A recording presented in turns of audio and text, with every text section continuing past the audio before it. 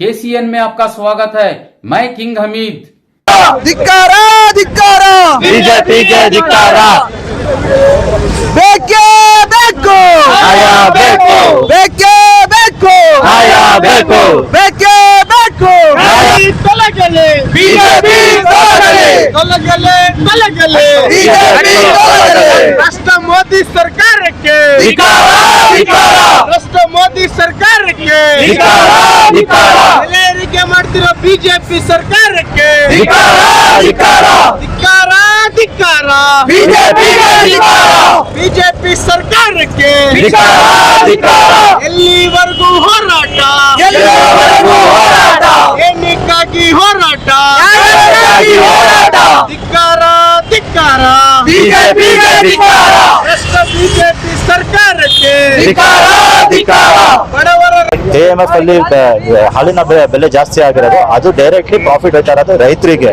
ನಮ್ಮ ಸರ್ಕಾರ ಯಾವಾಗಲೂ ರೈತರು ಪರವಾಗಿ ಇದೆ ಸರ್. ಈ ಬಿಜೆಪಿನಲ್ಲಿ ಕೆಲವರು ಹೇಳ್ತಾರೆ ಪೆಟ್ರೋಲ್ ಬೆಲೆ ಡೀಸೆಲ್ ಬೆಲೆ ಏರಿಕೆ ಆಗ್ತಾ ಇರೋದು ರಾಜ್ಯ ಸರ್ಕಾರದಿಂದ ಅಂತ. ಅದು ತಪ್ಪು ಮಾಹಿತಿ ಕೊಡ್ತಾ ಇರೋದು. ಕರ್ನಾಟಕ ರಾಜ್ಯ ಬಿಜೆಪಿ ಸರ್ಕಾರದ ಅಧ್ಯಕ್ಷರಾಗಿರಲ್ಲ ವಿಜೇಂದ್ರ ಅವ್ರಿಗೆ ನಾಲೆಜ್ ಇಲ್ಲ ಅನ್ಕೊಂತೀನಿ ನಾನು. ಯಾಕಂದ್ರೆ ಕಚ್ಚಾ ತೇಲ್ ಬೆಲೆ ಏರಿಕೆ ಆಗಿರೋ ಕಾರಣದಿಂದ ಕೇಂದ್ರ ಸರ್ಕಾರ ಪೆಟ್ರೋಲ್ ಡೀಸೆಲ್ ಬೆಲೆ ಏರಿಕೆ ಮಾಡೋರು ಅಂತ ಹೇಳೋರು. ಅವರು ಸ್ಟೇಟ್ಮೆಂಟ್ ಕೊಟ್ಟವರು ಮೀಡಿಯಾದಲ್ಲಿ. ಕಚ್ಚಾ ತೇಲ್ ಬೆಲೆ ಇಂಟರ್ನ್ಯಾಷನಲ್ ಲೆವೆಲ್ ಅಲ್ಲಿ 30% ದರ ಕಡಿಮೆ ಆಗಿದೆ ಸರ್. ಇವ್ರಿಗೆ ನಾಲೆಜ್ ಇಲ್ಲ, ಬರೀ ಬಾಯಿ ತೆಗೆದ್ರೆ ಹಿಂದೂ ಮುಸ್ಲಿಂ ಅಂತ ಹೇಳ್ತಾರೆ. ಜನರಲ್ಲಿ ಏನ್ ಪ್ರಾಬ್ಲಮ್ ಆಗ್ತಿದೆ ಅದ್ರ ಕೇಳಕ್ಕೆ ಅವ್ರಿಗೆ ಟೈಮ್ ಇಲ್ಲ ಸರ್. ಅವ್ರಿಗೆ ಟೈಮ್ ಇರೋದು ಮಾತ್ರ ಬೇರೆ ಬೇರೆ ವಿಚಾರ ತಿಳ್ಕೊಳ್ಳೋಕೆ, ಹಿಂದೂ ಮುಸ್ಲಿಂ ವಿಚಾರ ತಿಳ್ಕೊಳ್ಳೋಕೆ ಇರುತ್ತೆ ಸರ್.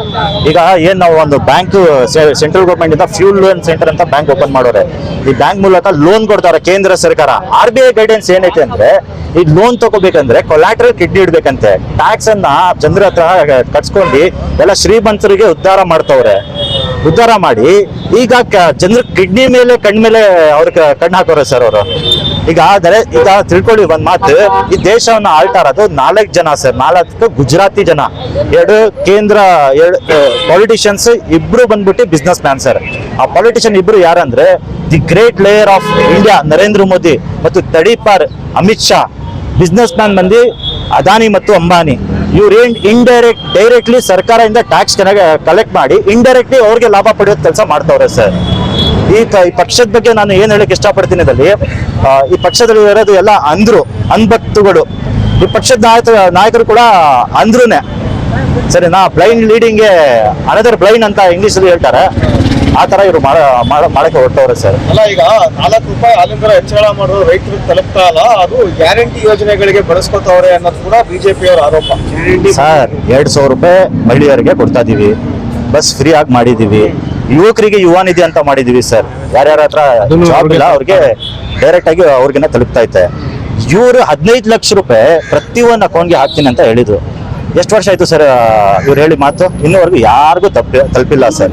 2 ಕೋಟಿ ಯುವಕರಿಗೆ ಜಾಬ್ ಕೊಡ್ತೀನಿ ಅಂತ ಹೇಳಿದ್ರು, 20 ಲಕ್ಷನೂ ಕೊಡೋಕೆ ಆಗಿಲ್ಲ. ಬರೀ ಬಾಯಿ ತೆಗೆದ್ರೆ ಸಬ್ಕಾ ಸಾಥ್ ಸಬ್ಕಾ ವಿಕಾಸ್ ಅಂತಾರೆ, ಬರೀ ವಿಕಾಸ್ ಆಗ್ತಾರೆ ಅದು ಬಿಸ್ನೆಸ್ ಮ್ಯಾನ್ಗಳಿಗೆ ಸರ್. ಅಲ್ಲ, ಬಿಜೆಪಿ ಆರೋಪ ಮಾಡ್ತಿರೋದು 4 ರೂಪಾಯಿ ನೀವೇ ಹಾಲಿನ ದರ ಹೆಚ್ಚಳ ಮಾಡಿದೀರಾ, ಅದು ಗ್ಯಾರಂಟಿ ಯೋಜನೆಗಳಿಗೆ ಕಾಸಿಲ್ಲ, ಹಂಗಾಗಿ ಜನಗಳ ಮೇಲೆ ಸರ್ KMF ಬಂದು cooperative society sir. Cooperative society ಎಲ್ಲ ಹಳ್ಳಿಗಳಲ್ಲೇ ಐತೆ. ಒಂದು ರೈತ ಹಾಲನ್ನು ತಗೊಂಡು ಬಂದು ಆ ಕೋಆಪರೇಟಿವ್ ಸೊಸೈಟಿಗೆ ಕೊಡ್ತಾನೆ ಸರ್. ಅಲ್ಲಿಂದ ಬಂದು ನಮಗೆ ಪ್ಯಾಕೆಟ್ ಮೂಲಕ ಹಾಲು ತಲುಪುತ್ತೆ ಸರ್. ಅದ್ರದ್ದು ಲಾಭ ರೈತರಿಗೆ ಹೋಯ್ತಾ ಇಲ್ಲ ಅಂದರೆ ಯಾರಿಗೆ ಹೋಯ್ತಾರ ಸರ್? ಏನು ಅದಾನಿ ಅಂಬಾನಿಗೆ ಹೋಯ್ತದೆ ಸರ್? ರೈತರಿಗೆ ತಾನೇ ಹೋಯ್ತಾ ಇರೋದು. ಅವರು BJP ರಾಜ್ಯಾಧ್ಯಕ್ಷರ ಆಗಕ್ಕೆ ಅವರು ಲಾಯಕ್ಕಿಲ್ಲ ಸರ್ ನನ್ನ ಪ್ರಕಾರ. ಸರಿ, ಈಗ ಒಟ್ಟಾರೆ 50 ರೂಪಾಯಿ ಸಿಲಿಂಡರ್ ಬೆಲೆ ಹೆಚ್ಚಳ ಆಗೈತೆ.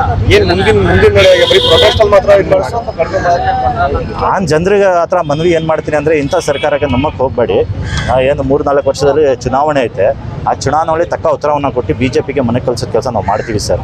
ಆಮೇಲೆ ಇವರು ಒಂದು ಏನು ಮಾಡೋರಂದರೆ, ಇವತ್ತು ಗ್ಯಾಸಿನ ಬೆಲೆ ಬಂದ್ಬಿಟ್ಟು 803 ರೂಪೀಸ್, 50 ರೂಪಾಯಿ ಜಾಸ್ತಿ ಮಾಡೋರು, 853 ರೂಪೀಸ್ ಆಗಿದೆ.